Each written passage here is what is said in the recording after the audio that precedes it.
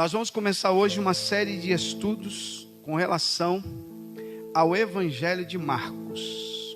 Vamos começar hoje uma série de estudos que vai tratar exatamente de um dos evangelhos. Nós temos na Bíblia 4 evangelhos. O Evangelho segundo escreveu Mateus, o Evangelho segundo escreveu Lucas, o Evangelho segundo escreveu Marcos e o Evangelho segundo escreveu João. São 4 os evangelhos. E alguém pode dizer, por que são 4 evangelhos? Existe uma série de explicações. São 4 os pontos cardeais. E nós temos os evangelhos que apontam para um só lugar: Cristo. E a gente vai estudar hoje o Evangelho de Marcos. Vamos começar hoje estudando Marcos. Eu vou dar um tema para ficar lá no YouTube. Marcos, o Evangelho do Filho de Deus. Repita comigo o tema do estudo: Marcos, o Evangelho do Filho de Deus. Hoje vamos começar então estudando este Evangelho.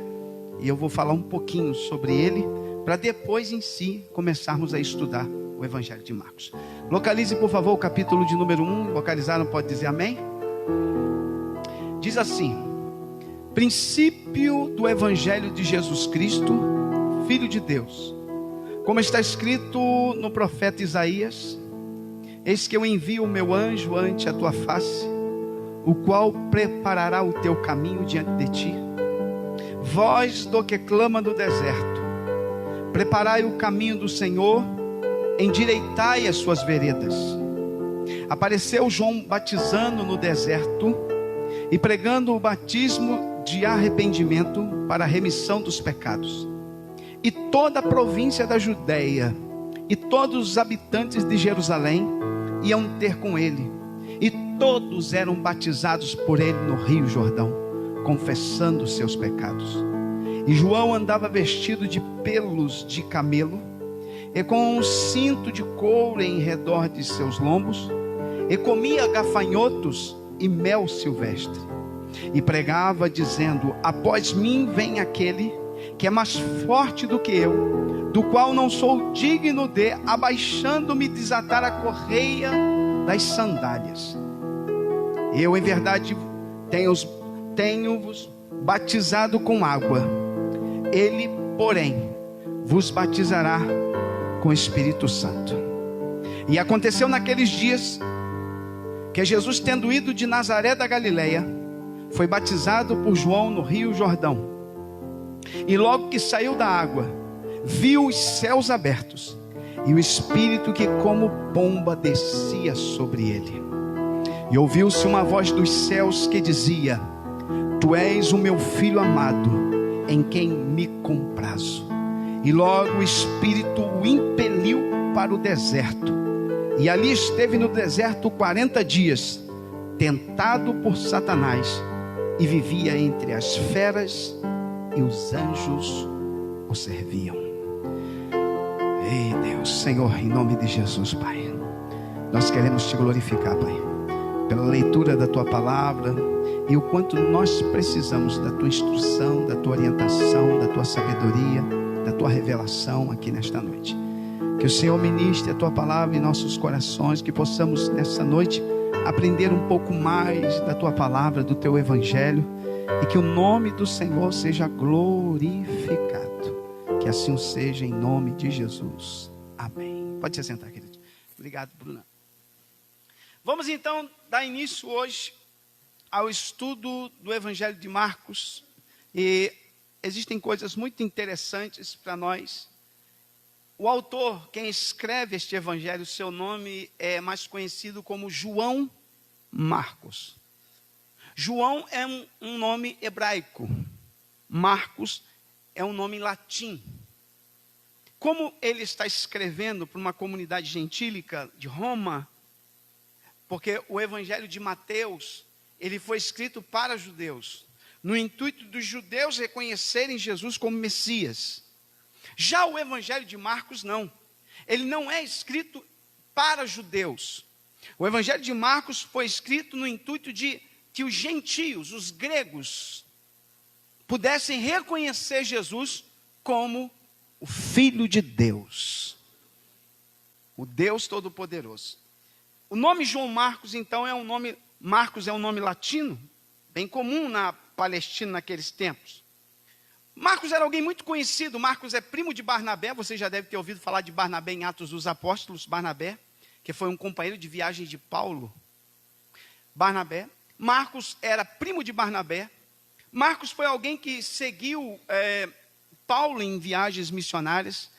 Teve até um grande desentendimento entre Paulo e Barnabé com relação a Marcos. Porque na primeira viagem missionária, Marcos, esse mesmo Marcos, abandonou Paulo em uma viagem.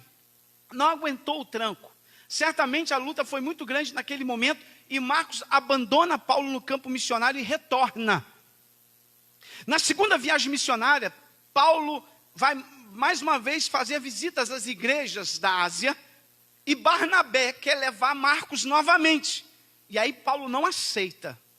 Paulo não concorda que Marcos seja levado de novo na segunda viagem, visto que Marcos já tinha abandonado na primeira viagem.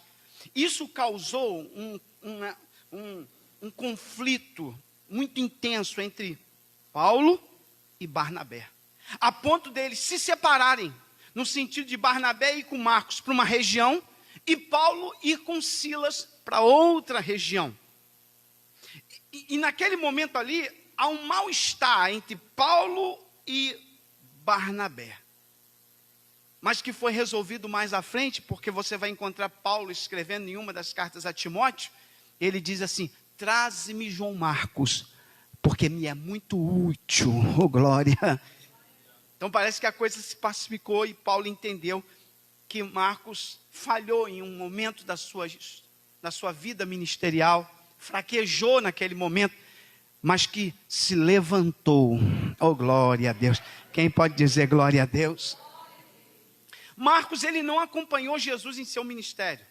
Você não vai encontrar, tem apenas uma figura muito assim inusitada de um jovem, no momento de um dos evangelhos, que ele sai correndo nu com relação à prisão de Jesus, e tudo leva, alguns historiadores acreditam que aquela figura correndo em um lençol seminu seria um Marcos, mas não fica muito claro. O que a gente entende é que Marcos, ele não acompanhou Jesus, ou seja, ele não foi discípulo direto de Jesus. Marcos não foi um apóstolo de Jesus, como Pedro foi apóstolo, como a gente vê Mateus, Levi como apóstolo. Marcos não. Mas Marcos foi um companheiro de viagem missionária. De quem? De Pedro. Marcos era muito íntimo de Pedro. Tudo leva a crer que Marcos escreve o evangelho baseando-se naquilo que Pedro contou, nas histórias que Pedro falava acerca de Jesus, nas pregações e ensinos de Pedro. Marcos era alguém íntimo de Pedro, que por onde Pedro andava, Marcos estava junto com o apóstolo Pedro.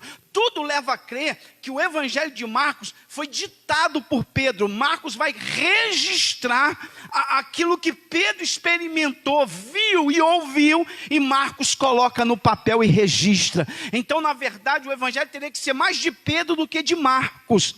E os pais da igreja, por exemplo, Eusébio e tantos outros, concordam plenamente que o evangelho de Marcos é exatamente um testemunho de Pedro. Marcos recebe de Pedro as informações e vai escrevendo o evangelho, aquilo que ele ouve de Pedro, as pregações que Pedro conta, as histórias de Jesus, os milagres de Jesus, os feitos de Jesus, a grandeza de Jesus. Marcos está muito próximo a Pedro, e tudo que Pedro vai falando, Marcos então decide registrar. E na verdade, tudo leva a crer que o evangelho de Marcos é o primeiro evangelho a ser escrito. Muitas pessoas pensam que Mateus é o primeiro evangelho por estar aqui na Bíblia em primeiro lugar. Não. O primeiro evangelho que acredita ter sido escrito é o evangelho de Marcos. Foi o primeiro registro acerca da vida de Jesus. Quem pode dizer glória a Deus, diga glória a Deus.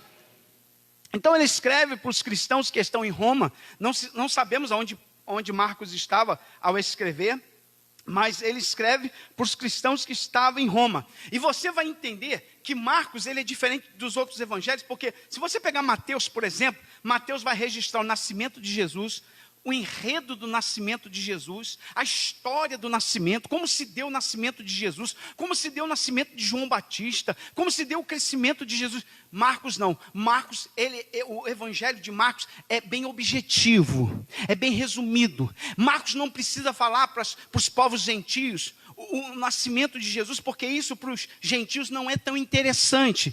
Mateus registra o nascimento, porque os judeus precisam entender como se deu o nascimento de Jesus.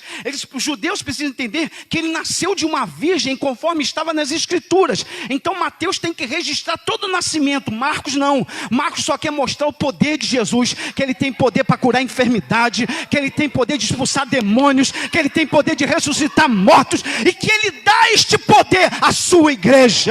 Oh, aleluia. Tem alguém já recebendo o poder de Deus aqui? Diga glória a Deus. É por isso que você, quando abre o evangelho de Marcos, você não vê nada sobre o nascimento de Jesus, você não vê nada sobre a infância de Jesus. Quando você abre o evangelho de Marcos, Jesus já está em cena, agindo, libertando, curando, transformando. E se tem uma coisa que Marcos quer responder, é sobre Jesus. Você vai encontrar várias vezes no evangelho de Marcos uma pergunta dizendo assim: quem é este?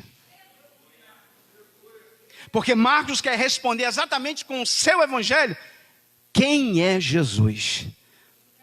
Por isso que ele vai selecionar alguns episódios da vida de Jesus para responder. Ele é aquele que cura os paralíticos. Ele é aquele que acalma a tempestade. Ele é aquele que faz cego ver, que faz surdo ouvir. Ele é aquele que ressuscita mortos. Oh, glória a Deus. Esse é o objetivo de Marcos. Ele é muito incisivo, ele é muito focado nesse objetivo, de mostrar quem Jesus é e o que ele pode fazer.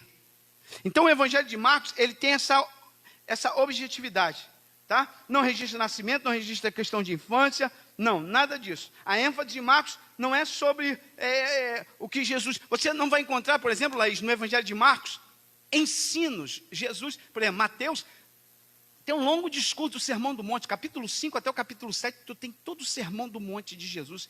Mateus dá ênfase aos ensinos de Jesus, às parábolas de Jesus. Marcos não. Marcos não se preocupa com os ensinos de Jesus, porque Marcos quer mostrar quem Jesus é e o que Jesus fez.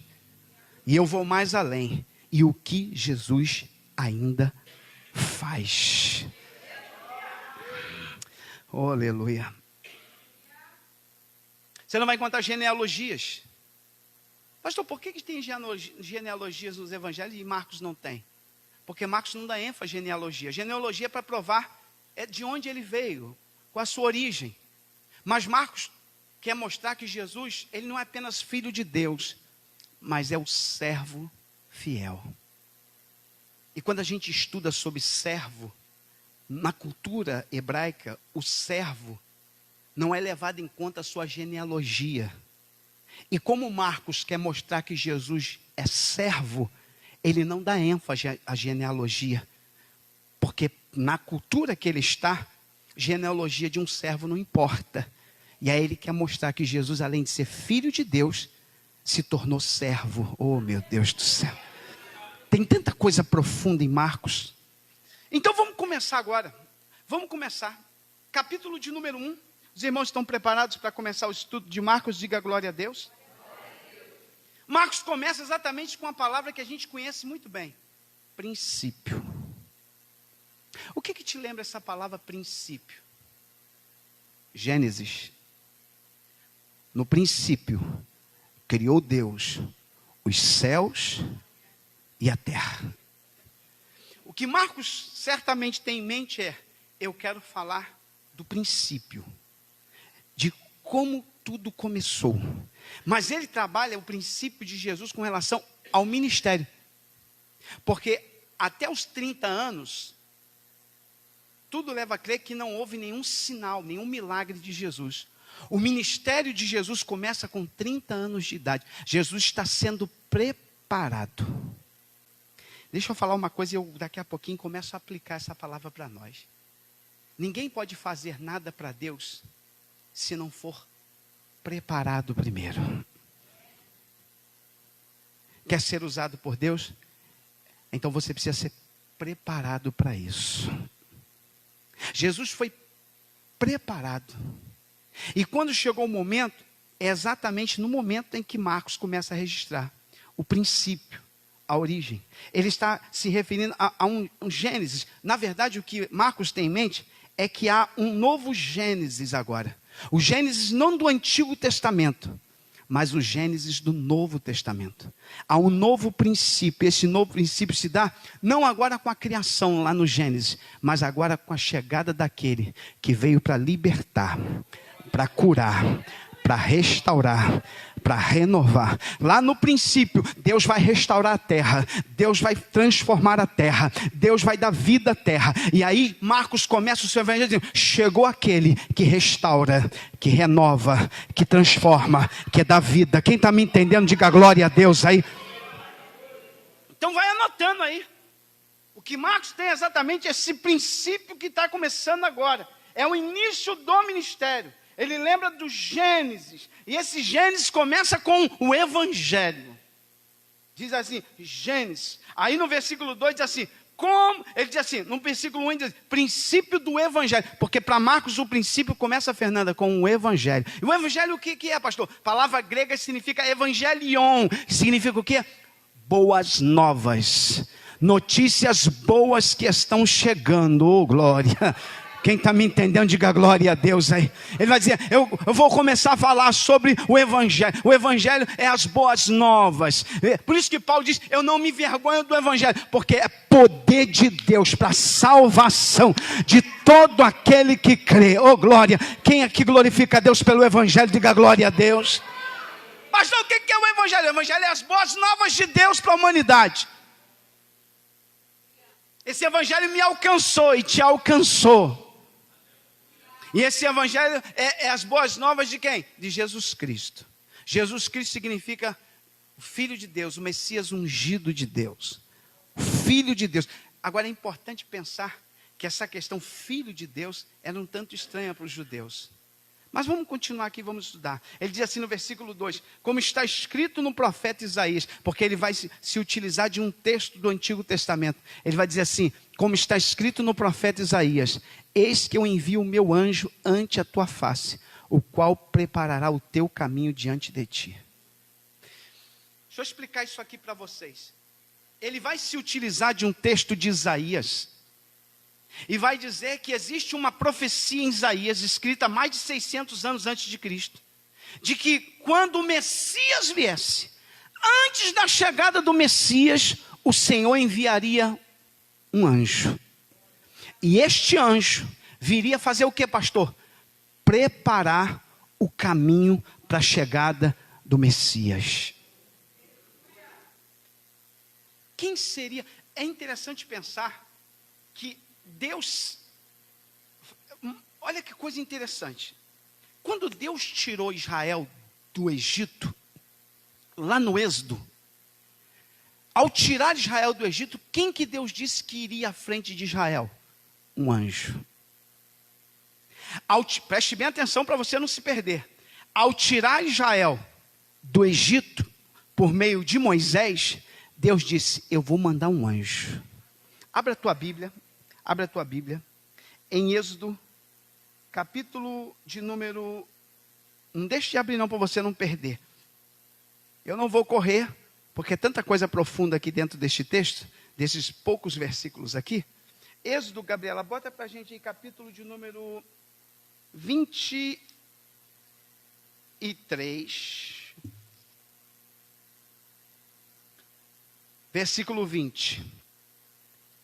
Olha o que diz o texto em Êxodo 23, 20.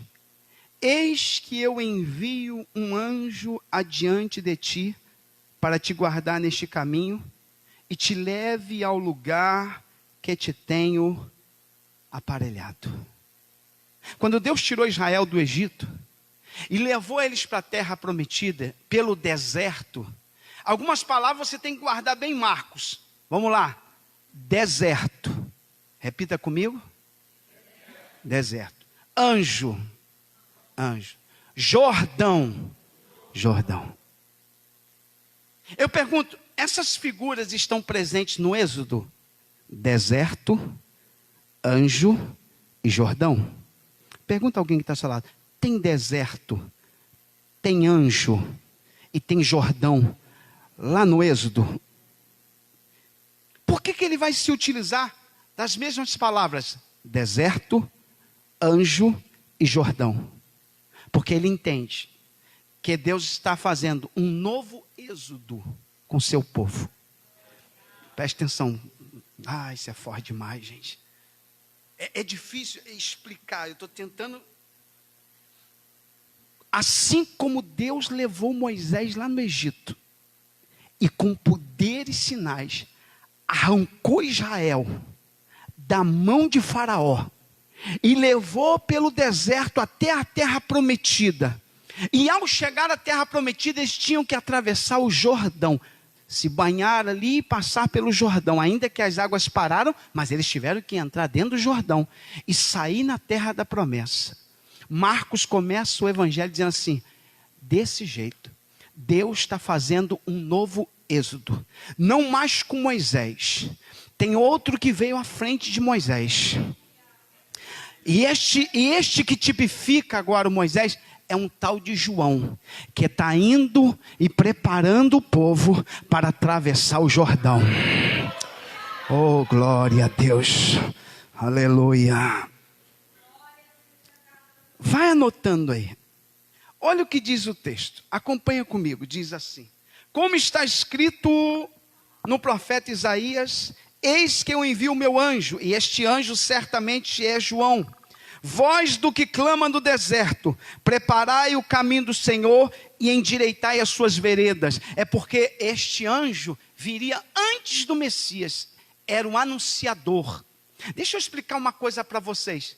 Na cultura deles naquele tempo, quando o rei viria visitar alguma região, eles mandavam um arauto. O arauto, irmã Leni, ia na frente. Ele ia na frente fazendo uma fiscalização da estrada, para ver se a estrada estava em boas condições para que a comitiva do rei pudesse passar, e ele ia anunciando à comunidade dizendo: está chegando o rei. Oh, glória, me ajuda aí, Bruna, pega na mão de alguém e diga: está preparado porque o rei está chegando. Quem é o arauto? É a voz que vai clamando no deserto dizendo: se prepara, porque o rei está chegando. Isso já estava profetizado lá em Isaías, que viria alguém, uma voz. Não seria uma personalidade, seria uma pessoa muito simples, porque o texto diz: apenas uma voz que clama no deserto. E a mensagem deste que clama é: preparai o caminho do Senhor e se endireitai, porque Ele está chegando. Mensagem de conserto. Endireitai é consertai. Então na profecia de Isaías diria, Isaías profetiza que vai vir alguém antes do Messias, que é o arauto, que vem como um anjo de Deus, com poder e autoridade, e clamando num deserto. E ele está clamando, dizendo assim: preparai o caminho do Senhor. E quem seria este que Isaías disse? Este seria o que nós chamamos de João o Batista, primo de Jesus, 6 meses mais velho, que nasceu por um milagre, filho de Isabel e Zacarias, um casal de idosos que não podiam mais ter filhos. E quando o anjo dá a notícia a Maria que ela está grávida, Maria diz: mas como pode ser isso? Ele disse: mas a tua prima já está de 6 meses de gestação, porque para Deus nada é impossível. E quando Maria corre para a casa de Isabel, o texto diz que quando ela saúda Isabel, shalom, a criança que está no ventre, que é João Batista, é cheio do Espírito no ventre. Meu Deus do céu. João Batista foi a única criança que nasceu já cheio do Espírito. É o arauto de Deus. É aquele da qual Isaías profetiza. E Marcos está dizendo, é ele mesmo. É João Batista. E o ministério de Jesus só pode começar quando o ministério de João começar. É João que vai dar o pontapé inicial para a chegada do Messias. E João começa a pregar onde, pastor? No deserto. No deserto. Ele não vai para Jerusalém pregar, aonde está a elite religiosa. Não. Ele vai para cerca de 30 quilômetros de Jerusalém. E lá no deserto da Judéia, próximo às margens do Jordão, ele começa a pregar. Arrependei-vos. Arrependei-vos. Enquanto os profetas de Jerusalém estão vestidos de vestes de púrpura, bem vestidos, com roupas de alto luxo, João, ele se veste com uma roupa um tanto inusitada. Um vestido, uma pele de camelos com um cinto de couro.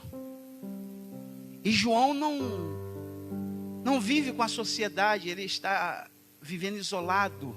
Tudo leva a crer que Isabel e Zacarias, que já eram velhos quando ele nasceu, já não eram mais vivos. E João Batista cresce no deserto. Ele sobrevive no deserto. E é no deserto que Deus vai forjando o caráter de João Batista.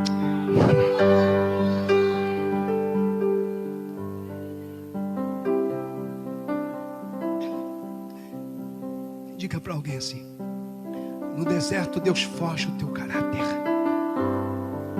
Não tenha medo não. Pega na mão de alguém e diga: no deserto é Deus forja o teu caráter. Deus te lapida no deserto. Deus te prepara no deserto. Deus te molda no deserto. É lá. Volta lá, Bíblia. Versículo 4. Apareceu João batizando no deserto. Espera aí, ele está fazendo o que, pastor? Ele está fazendo o que, gente? Batizando. Deixa eu explicar isso aqui para vocês.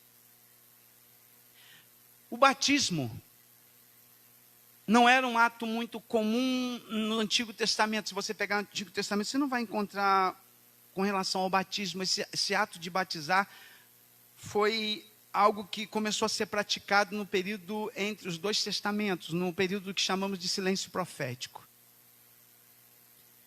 E quem se batizava nesse período, pastor? Se batizava somente prosélitos. Porque o judeu de puro sangue, ele não era batizado. O que o judeu de puro sangue fazia? Ele ia para o templo e lá levava o seu filho para ser circuncidado. O batismo era apenas um ato para aqueles que não eram judeus, eram gentios, mas que queriam fazer parte do judaísmo. Então esse judeu, essa pessoa que não é judeu, que quer ser da religião judaica, mas não tem sangue judeu, precisa se batizar. Aí aparece João dizendo assim, que não só os prosélitos precisam se batizar, mas que os judeus também precisam se batizar. Ah, irmão. É como se eu começasse a pregar aqui dizendo assim, tem muita gente que precisa se batizar de novo. Ele começou a pregar o batismo de arrependimento. Por que batismo de arrependimento? Porque primeiro a pessoa precisava se arrepender dos seus pecados. E ele vai pregar isso com tanta veemência. Arrependei-vos. Ele chama o povo de raça de víboras. E ele diz que todos precisavam se batizar. Se arrepender dos seus pecados e passar pelo batismo. A mensagem de João é dura. A mensagem de João é desagradável. A mensagem de João não fazia cócegas em ego de ninguém. João não era um coach. João não era um artista. João era um profeta.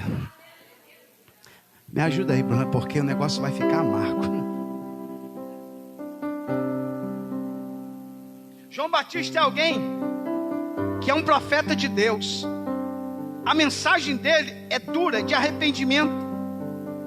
João não era celebridade. João não era personalidade. João era apenas uma voz que clamava no deserto.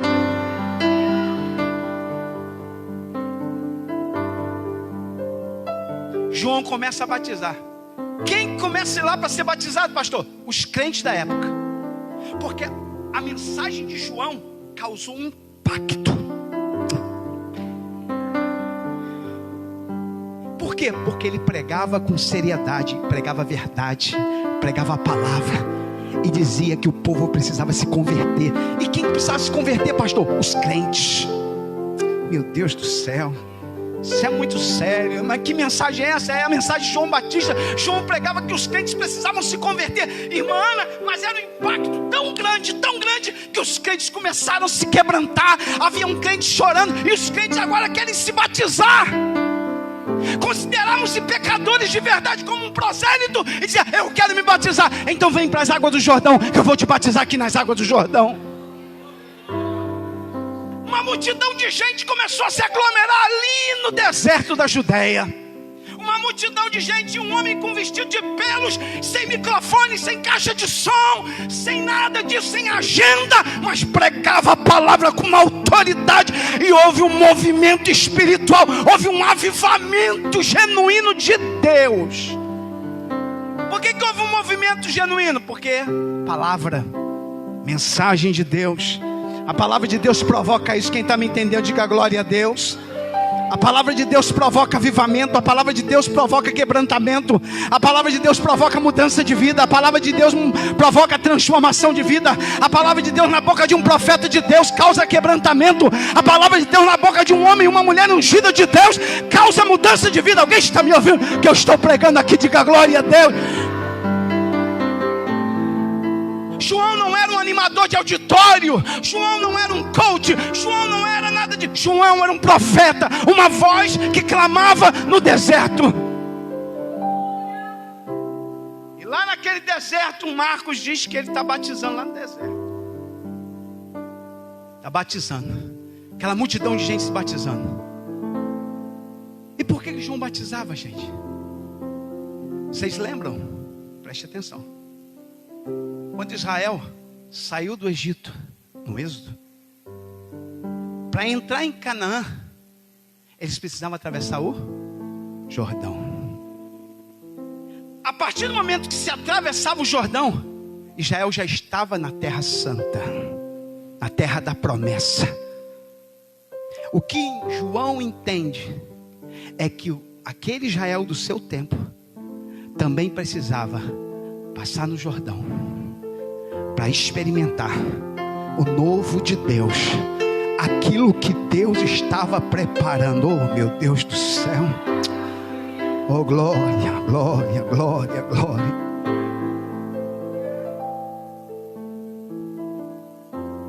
E ele está preparando aí no Jordão, mas no Jordão ele já prega e diz assim: olha, eu estou batizando, mas vem outro aí, que é maior do que eu. Na verdade, eu não sou digno de desatar as sandálias dos seus pés. Peraí. O ato de desatar as sandálias dos pés de alguém era feito por um servo inútil. João diz assim: perto deste que vai vir, eu não sirvo nem como servo inútil. Tem gente aí dizendo, achando que é alguma coisa, achando que é uma personalidade, achando que... Irmão, vamos descer. Vamos descer. Tem alguém está entendendo? Quem está me entendendo que eu estou? Vamos descer. Tu não é personalidade. Eu não sou personalidade. Eu não sou nem digno de desatar as correias da sandália dele.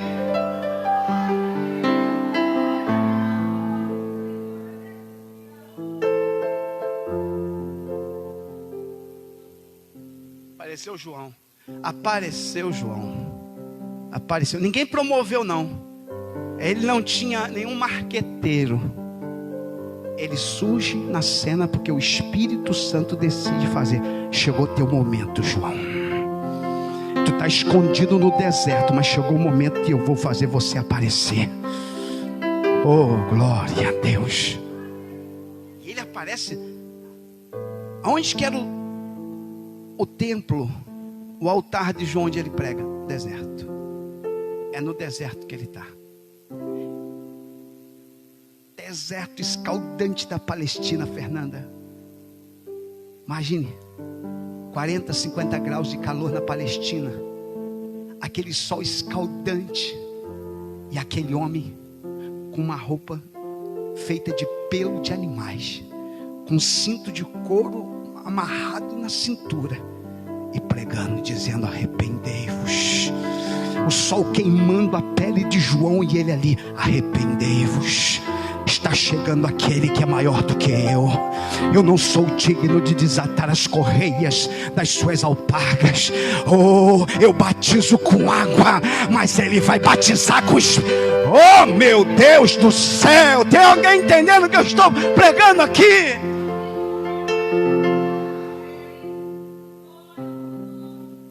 E ele está pregando. Está pregando. Daqui a pouquinho, quem vem ser batizado? Versículo 5. Bota lá na tela. Toda a província da Judéia, todos os habitantes de Jerusalém iam ter coisa. Imagine um movimento de gente. É um avivamento espiritual acontecendo. As pessoas estão amotinadas ali na beira do Jordão, esperando o momento para ser batizado por João. Multidões de pessoas estão confessando seus pecados. Há um quebrantamento acontecendo. A gente se quebrantando ali diante. João está pregando e as pessoas estão se quebrantando, chorando, dizendo: eu errei, eu pequei, eu sou religioso, mas eu quero mudança de vida. Eu quero romper com a amante hoje. Eu quero ser um marido melhor. Eu quero ser uma esposa melhor. Está acontecendo um avivamento ali naquele deserto, porque a palavra de Deus está sendo pregada. A gente está vendo muito movimento que não muda a vida de ninguém. É um emocionalismo que acontece dentro das igrejas. É um pular, um chorar. Mas quando sai lá fora, continua com a amante, continua em fornicação, continua com a fofoca, continua com a mentira. Que venha um avivamento de Deus, que haja mudança de vida. Pega na mão de alguém e diga: vamos orar por um avivamento de Deus. Um avivamento que provoca mudança.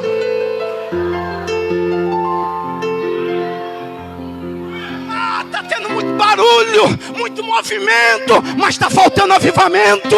Avivamento genuíno, que é provocado pela palavra, que não é provocado por música, que não é provocado pelas notas musicais de um instrumento, que não é provocado por uma boa cantora ou cantor, mas que é provocado pela palavra, pela palavra, pela palavra, pela palavra, pela palavra, pela palavra, pela palavra de Deus.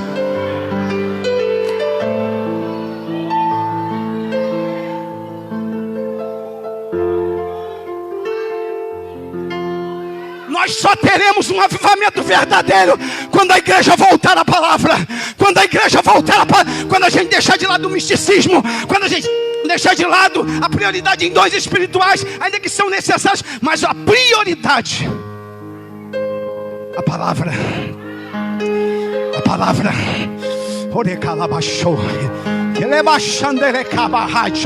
Tem alguém ouvindo a voz de Deus aqui? Quando a gente voltar à palavra, quando a gente voltar a pregar a palavra, anunciar a palavra e dizer: assim diz o Senhor, está nas escrituras, é o que está dizendo a palavra, nós vamos ter avivamento. Senão nós só vamos ter ajuntamento, movimento humano, emocionalismo, mas não vai ter mudança de vida, não vai ter confissão de pecado. João está ali pregando a verdade. Doa quem doer. João não faz cosca no ego de ninguém. João não passa a mão por cima de ninguém. João diz: arrependei-vos, raça de víboras. Se convertam, porque está chegando o tempo. O machado já está colocado. A raiz. E aí, meu irmão, movimento espiritual está começando a acontecer. Pessoas confessando seus pecados, pedindo perdão, se humilhando. Esse é movimento de Deus, que quebrantamento, confissão, reconhecer o erro. E no meio daquele movimento espiritual que está acontecendo, versículo 6, João anda vestido de vestes de pelos de camelo, com um cinto de couro em redor dos seus lombos, comia gafanhoto e mel se veste. João se veste exatamente como os profetas da antiga aliança. Esse tipo de vestimenta é muito comum entre os profetas, como por exemplo Elias. Você vai encontrar Elias vestido exatamente assim. Tem um texto da Bíblia que mostra exatamente Elias se vestindo desse jeito. É uma vestimenta de caráter profético. É uma vestimenta simples que os profetas faziam uso. Tem até um texto, eu acho que eu vou ler com você. Pega a sua Bíblia. Deixa eu achar aqui na minha Bíblia. 2 Reis, capítulo 1. Acho que vale a pena a gente ler esse texto. A gente está começando o estudo hoje, nós ainda estamos na introdução. Ainda estamos em João Batista, não chegamos ainda no Messias. 2 Reis, capítulo de número 1. Olha o que diz o texto, acompanha comigo aí, por favor. Acharam? Pode dizer amém? E depois da morte de Acabe, Moabe se revoltou contra Israel. É isso que está na sua Bíblia? Olha o que diz o versículo 2. E caiu Acasias pelas grades de um quarto alto que tinha em Samaria e adoeceu. E enviou mensageiros e disse-lhes: ide perguntai a Baal-Zebub. Baal-Zebub, senhor das moscas, Deus de Ecrom. O cara é crente. Acasias é crente. E manda consultar, sabe quem? Um Deus de um povo pagão. Pergunte ao Deus Baal-Zebub se eu vou sarar. Espera aí.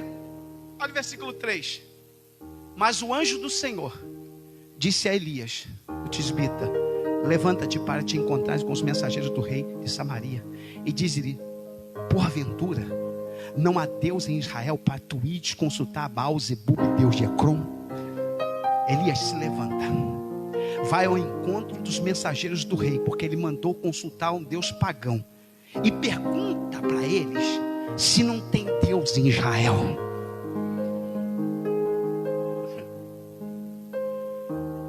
E por isso, diz para ele, e por isso, assim diz o Senhor: da cama que tu subiste não descerás, mas sem falta morrerás. Elias poderia dizer: Senhor, se eu fizer isso eu estou morto. Elias não hesitou: eu vou. A mensagem pode ser dura, mas eu vou entregar. É para falar o quê, Senhor? É isso mesmo que tu está falando? Isso mesmo. Fala para ele que tem Deus em Israel, e que o Deus de Israel mandou dizer para ele que por causa dele consultar um Deus pagão, da cama que ele entrou, ele não sai mais, só vai sair morto. Elias vai, versículo 5. E os mensageiros voltaram para o rei, e ele lhes disse: que há? Por que vocês voltaste? Versículo 6. E eles disseram: um homem nos saiu ao encontro e nos disse: ide voltai para o rei que vos mandou, e diz-lhe: assim diz o Senhor, porventura não há Deus em Israel, para que mandes consultar a Baal-Zebub, Deus de Ecrom? Portanto, da cama a que subiste não descerás, mas sem falta morrerás. Isso é profeta. Isso é profeta. Versículo 7 diz assim: e ele lhes disse: qual era o traje do homem que vos veio ao encontro? Como é que ele se vestia, este homem que se encontrou com vocês e mandou me entregar essa dura nova? E eles disseram: era um homem vestido de pelos, com lombos cingidos de um cinto de couro. E ele disse: já sei quem é, já sei quem é. Oh, Elias o tisbita. Oh, aleluia. Quem pode dizer glória a Deus aí? Roupa típica de profeta. Roupa típica. João Batista se vestia tipicamente como Elias. Por isso que ele vem na virtude e no poder de Elias. Ele é considerado o Elias da nova aliança. Ele vem no poder de Elias, na unção, na mesma unção. Ele não é a reencarnação de Elias, até pelo fato de Elias nem ter morrido. Mas ele tem a mesma unção, a mesma autoridade. Se você olhar o ministério profético de Elias e o ministério profético de João, são o mesmo. A mesma energia, a mesma ousadia, a mesma autoridade de apontar a mão para o rei e dizer: larga desta mulher, que esta mulher não é tua. Oh, aleluia. Quem está me ouvindo, diga glória a Deus. Voltemos lá em Marcos. Então esses homens tinham uma autoridade. E no versículo de número 7, a mensagem que ele prega é essa aqui. Não é 7 passos para a vitória. Não. A mensagem dele é essa aqui: após mim vem aquele que é mais forte do que eu, do qual não sou digno de, abaixando-me, desatar as correias das sandálias. Versículo 8. Eu em verdade tenho os batizado com água. Ele, porém, vai lhes dar um batismo que eu não posso dar. Eu imerso vocês nas águas. Por isso que batista vem de batispos, que é batismo, é imersão. Ele diz: eu vou imergir vocês nas águas, mas vem alguém mais poderoso do que eu.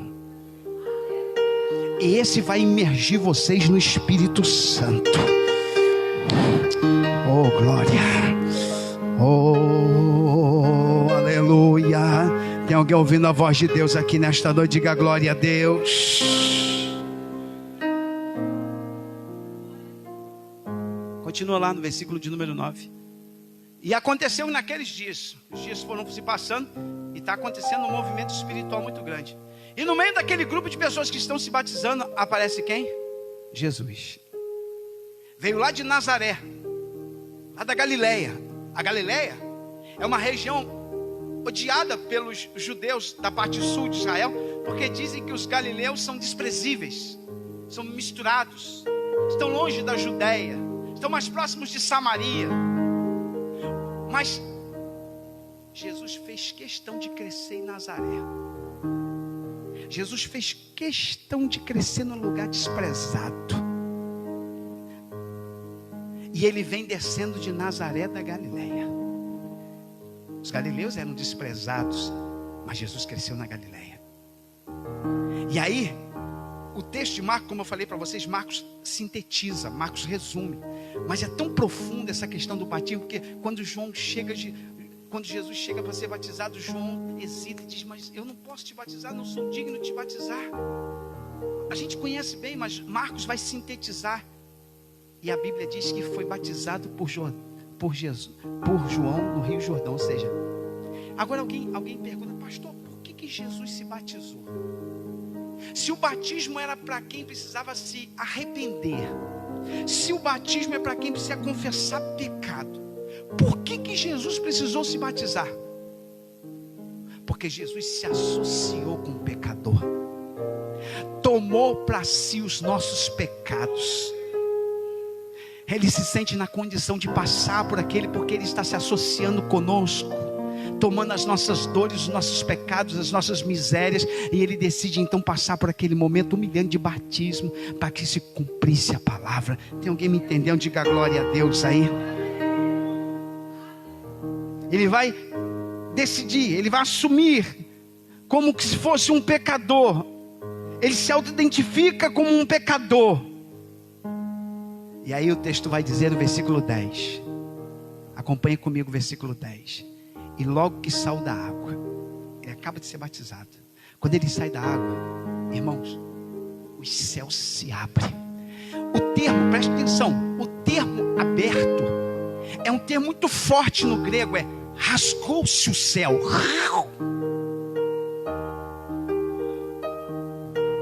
Mas por que ele usa esse texto? Rasgou o céu. Porque em Isaías 64, se eu não estou equivocado, deixa eu abrir aqui para ver. Há uma oração de Isaías, Deixa eu ver se é 64. Abre a tua Bíblia.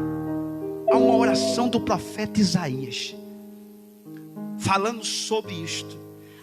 Isaías disse assim no versículo 1 do capítulo 64: se fendesses os céus e descesses. Deus então, lá no batismo de Jesus, vai responder a oração de Isaías. Diga para alguém: tua oração não é em vão, meu irmão.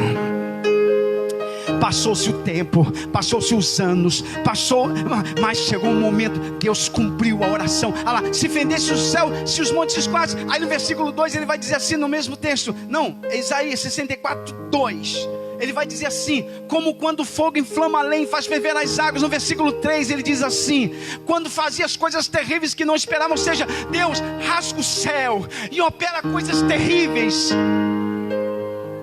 Quando Jesus é batizado, o céu se rasga e Deus está dizendo: eu vou cumprir o que Isaías me pediu. Chegou o momento de acontecer coisas terríveis. Te prepara, aleluia. Quando o céu está rasgando e o Espírito está descendo sobre Jesus, Deus está dizendo: eu vou fazer o que Isaías me pediu. Coisas terríveis. O que? O cego vai ver, o surdo vai ouvir, paralítico vai andar, morto vai ressuscitar, demônios vão ser expulsos. Vai se cumprir a profecia de Isaías.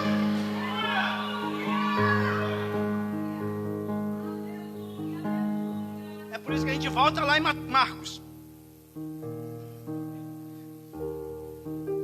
E alguém diz assim: nossa, pastor, o evangelho de Marcos é tão simples. Logo que saiu da água, viu os céus abertos. Eu não sei se você percebe que não diz viu o céu aberto, porque a palavra está no plural. Existem pelo menos 3 céus. O primeiro céu, o visível, que os nossos olhos veem. O segundo céu, o céu das estrelas, das galáxias, aonde somente através de lentes poderosas de microscópio a gente consegue ver alguma coisa. E o terceiro céu, o lugar para onde Paulo foi levado, ao terceiro céu, que é a morada de Deus. Quando Jesus foi batizado, os 3 céus se rasgaram.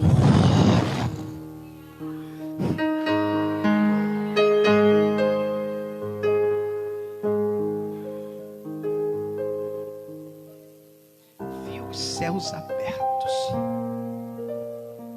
Se abriu o primeiro, se abriu o segundo, se abriu o terceiro.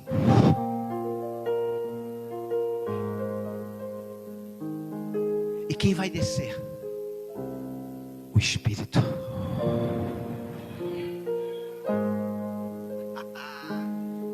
Peraí. Mas ele desce em uma forma corpórea. Algo semelhante a uma pomba. Não é realmente uma pomba, mas algo que quem olha, por que a pomba? Por que em forma de uma ave?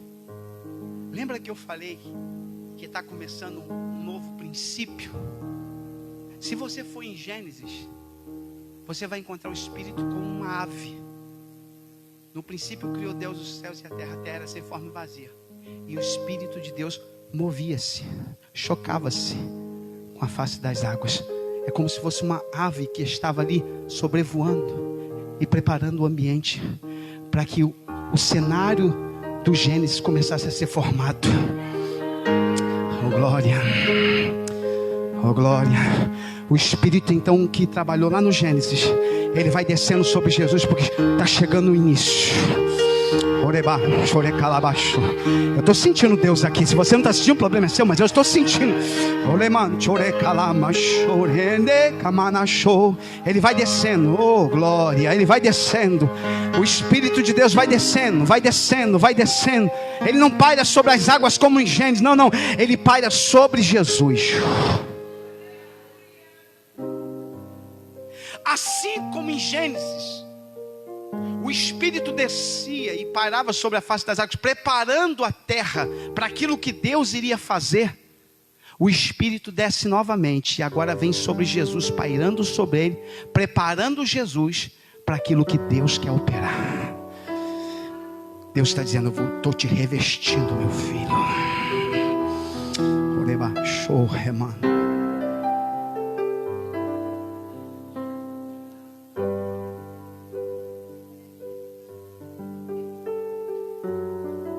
Olha o que diz em Atos, capítulo 10.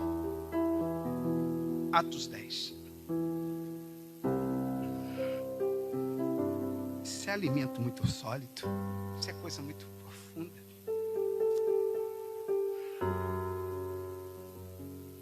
Atos 10.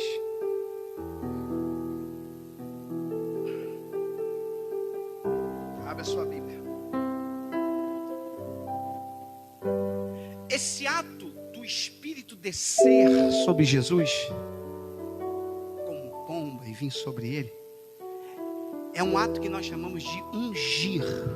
O Espírito está descendo do céu, ungindo a Jesus. Aí Pedro diz, Atos 10, 38, como Deus ungiu a Jesus de Nazaré, Atos 10, 38, com Espírito Santo. E olha o resultado disso.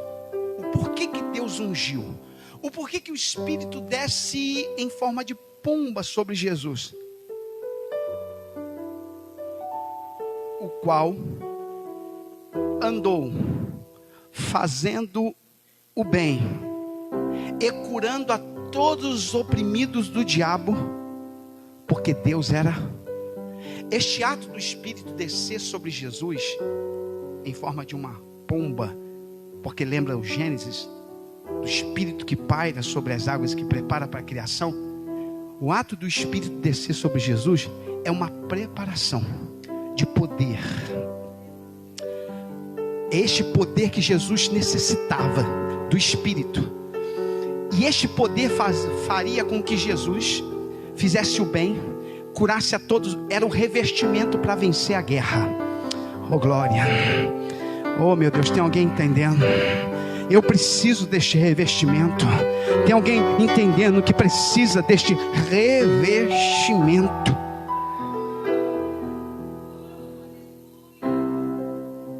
Eu encerro em Marcos 1. O Espírito desceu como pomba sobre ele. O versículo 11 diz assim: e ouviu-se uma voz dos céus que dizia: tu és o meu filho amado. Essa voz é a confirmação, a autenticação. João precisava ouvir isso. Pastor, João precisava ouvir? Sim, sim. Olha o que diz Lucas. Aí eu tenho que apelar para um outro evangelho para a gente entender. Lucas capítulo de número 3.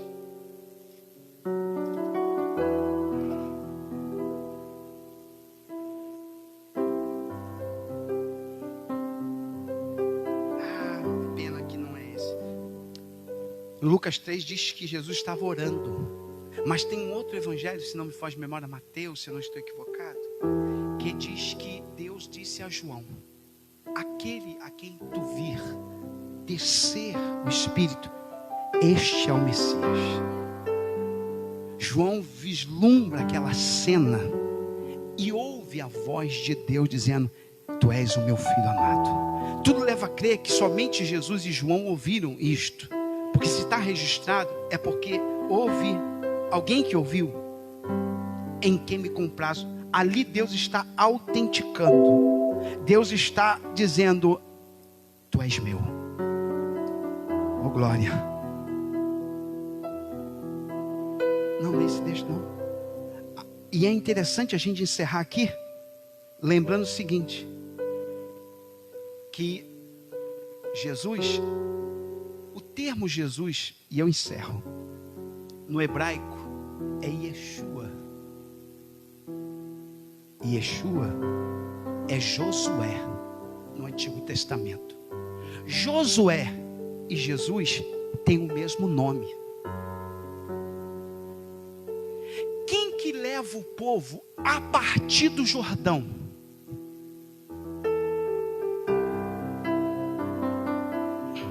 Pergunta o irmão que está do seu lado. Lá no Êxodo, depois que o povo passa o Jordão, quem é que vai levar o povo? Moisés ou Josué? João vai até o Jordão, porque depois do Jordão, o novo Josué vai levar o povo. Oh, glória. É por isso que João dizia: eu vou até aqui, mas está vindo um. Não, peraí, que tem coisa. Moisés é o homem, o profeta. Moisés é o do cajado, assim como João Batista é o profeta, é o do cajado. Mas Josué é o da espada.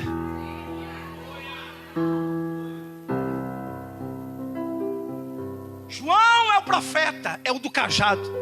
Mas o que vem para levar o povo e libertar o povo dos inimigos é aquele que vem com a espada. Não, peraí. Ele não vem apenas com a espada, ele é a própria espada. Oh, glória. Fica de pé. Semana que vem a gente continua. Oh, glória. E este está aqui nesta noite. Ele está aqui neste lugar. É pena que não dá para a gente continuar, porque meu horário já avançou. Mas eu quero dizer para você nesta noite, que o mesmo Espírito que revestiu Jesus naquele dia é o mesmo Espírito que quer revestir você nesta noite. Eu queria perguntar para alguém, quem está aqui, que necessita, aí onde você está, deste revestimento de Deus. Oh, Pai, eu preciso tanto. Comece a orar comigo, você que veio.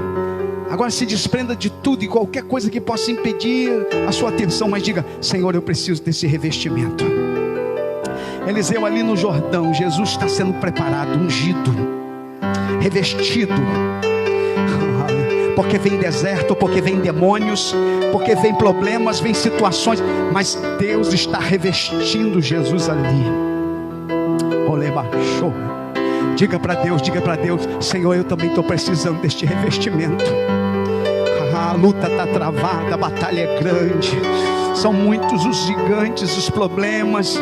Então diga para Deus: Senhor, me reveste com o teu Espírito Santo. Você precisa de poder de Deus. O que nós precisamos para vencer os gigantes? O que precisamos para vencer os problemas? O que precisamos para vencer as dificuldades? O que Jesus precisava para começar seu ministério? Para expulsar os demônios, para curar os enfermos, para vencer a cruz, para vencer a decepção, para vencer a traição. Ele precisava do poder do Espírito Santo. É o que eu e você precisamos, do poder do Espírito Santo de Deus. Oh, aleluia. Tem alguém me ouvindo aqui? Diga glória a Deus. Você precisa do poder do Espírito Santo. Você que está aqui nesta noite me ouvindo, dizendo: eu não vou aguentar, eu não vou suportar. Que isso? Você precisa do poder do Espírito Santo. O poder do Espírito Santo te capacita. O poder do Espírito Santo faz você triunfar. O poder do Espírito Santo faz você vencer toda e qualquer potestade. Todos os demônios que se levantarem contra você vão cair por terra pelo poder que há do Espírito de Deus na tua vida. Você precisa do poder do Espírito Santo para vencer a droga. Você precisa do poder do Espírito Santo para vencer a prostituição. Você precisa do poder do Espírito Santo para vencer a carnalidade. Você precisa do poder do Espírito Santo para vencer os problemas que estão batendo na porta da tua casa. Então se reveste agora. Fale com Deus: Senhor, eu preciso do poder do Espírito Santo de Deus. Oh, glória. Senhor, nós queremos orar nesta noite. Queremos orar neste lugar, nesta noite, Senhor, para que o poder do Espírito Santo se manifeste no meio da tua igreja, do teu povo. Toma a nossa vida nas tuas mãos, Senhor. Assim como o Senhor ungiu Jesus com poder, assim como o Senhor revestiu Jesus com poder, reveste-nos também, Senhor, com teu poder, com a tua unção. Reveste o nosso coração, a nossa alma. Reveste o nosso ser, Senhor, para vencermos todas as batalhas, todas as lutas, Senhor. Que possamos triunfar em meio a todas as dificuldades, Senhor, em meio às traições, problemas, situações, decepções. Que o Senhor nos fortaleça, nos revista do teu poder, para expulsarmos demônios, para curar enfermos, para ganhar almas para o teu reino, para pregarmos com mais ousadia a tua palavra, para evangelizarmos com mais ousadia, para cantarmos com mais ousadia, para tocarmos com mais ousadia, para fazermos a tua obra com mais graça, com mais alegria, com mais unção, com mais poder. É isso que nós precisamos, Deus. Vem, Senhor, com teu poder, Senhor, sobre a tua igreja, sobre o teu povo, Pai, em nome de Jesus, amém. Quem pode aplaudir o Senhor com alegria? Nós vamos encerrar orando, agradecendo a Deus pela vida do diácono Eliseu. Vem cá, Eliseu. Eliseu hoje completa mais uma primavera de vida. Nós vamos orar agradecendo a Deus pela vida do servo de Deus, diácono Eliseu. Fernanda vem fazer esta oração em favor do servo de Deus. Agradecer ao Senhor. Quantos louvam a Deus? Quantos foram abençoados nessa noite? Abençoados por Deus. Eu não sei, será que tem alguém aqui que está afastado do caminho do Senhor? Será que entrou alguém aqui que está distante do caminho de Deus, mas que veio aqui hoje e que está disposto? Eu quero voltar, pastor. O Espírito Santo pode voltar a me capacitar? Pode. Só precisa de uma decisão sua. Se tem alguém aqui nesta noite que precisa tomar uma decisão, receber Jesus no seu coração, ser revestido pelo Espírito Santo, voltar a caminhar. Alguém que ainda não tomou esta decisão, mas quer tomar esta decisão. Tem alguém aqui nesta noite? Se houver alguém aqui, levante uma das suas mãos para eu orar por você. Possa ser que tenha alguém aqui nesta noite. Temos visitantes aqui, eu não vou julgar pela aparência, mas possa ser que tenha alguém aqui que esteja nessa condição. Eu estou afastado, eu estou distante, mas eu quero retornar. E se houver alguém aqui, é o teu momento, é a tua hora. Se houver alguém, pode se manifestar. A Fernanda vai orar pelo servo de Deus, diácono Eliseu. Oremos. Senhor, nosso Deus e eterno Pai, nós somos gratos a Ti, Senhor, por esta noite tão maravilhosa, Pai, em que podemos aqui ouvir a Tua palavra e também agradecer ao Senhor, Pai, pela vida do diácono Eliseu, que ontem, Senhor, completou mais uma primavera de vida. Nós agradecemos ao Senhor pela vida do Teu servo, Senhor, e que o Senhor, Pai, continue abençoando a vida do Teu filho a cada dia, dando saúde, graça, poder do céu, Senhor, sobre a sua vida, ajudando o Teu filho em todas as coisas, e que ele tenha muitos e muitos anos de vida, Senhor, para a glória do Teu nome, Pai, para fazer a Tua obra como Ele tanto gosta e deseja, Senhor. Entregamos a vida do servo do Senhor em Tuas mãos e Te agradecemos, Senhor, em nome de Jesus. Amém. Você pode aplaudir o Senhor? Quem pode aplaudir o Senhor, diga glória a Deus. Bom, Denilson, dá um abraço no diácono Eliseu. Nós já vamos encerrar. Estenda as tuas mãos. Que o grande amor de Deus, nosso eterno Pai, a graça bendita de Jesus Cristo e a comunhão e consolação do Santo Espírito de Deus seja sobre toda a igreja, que aguarda com alegria a vinda de Jesus Cristo em glória. E todos digam: e a vitória é nossa. Então cumprimenta alguém que está do seu lado com a paz do Senhor. Que você tenha uma noite muito abençoada.